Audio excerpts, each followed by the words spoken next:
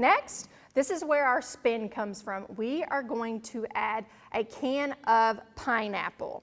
This week on NCTV, Nan Montgomery shows us a great idea on what to do with your leftover Thanksgiving turkey. Plus, we learn about the 11th President of the United States, James K. Polk. You can watch both each day at 6:30 in the morning and at 12:30 in the afternoon. You can also tune in at 5 and 9 on Monday and Wednesday evenings. Only on NCTV, your best source for local stories about local people. And I'm going to mix it in this bowl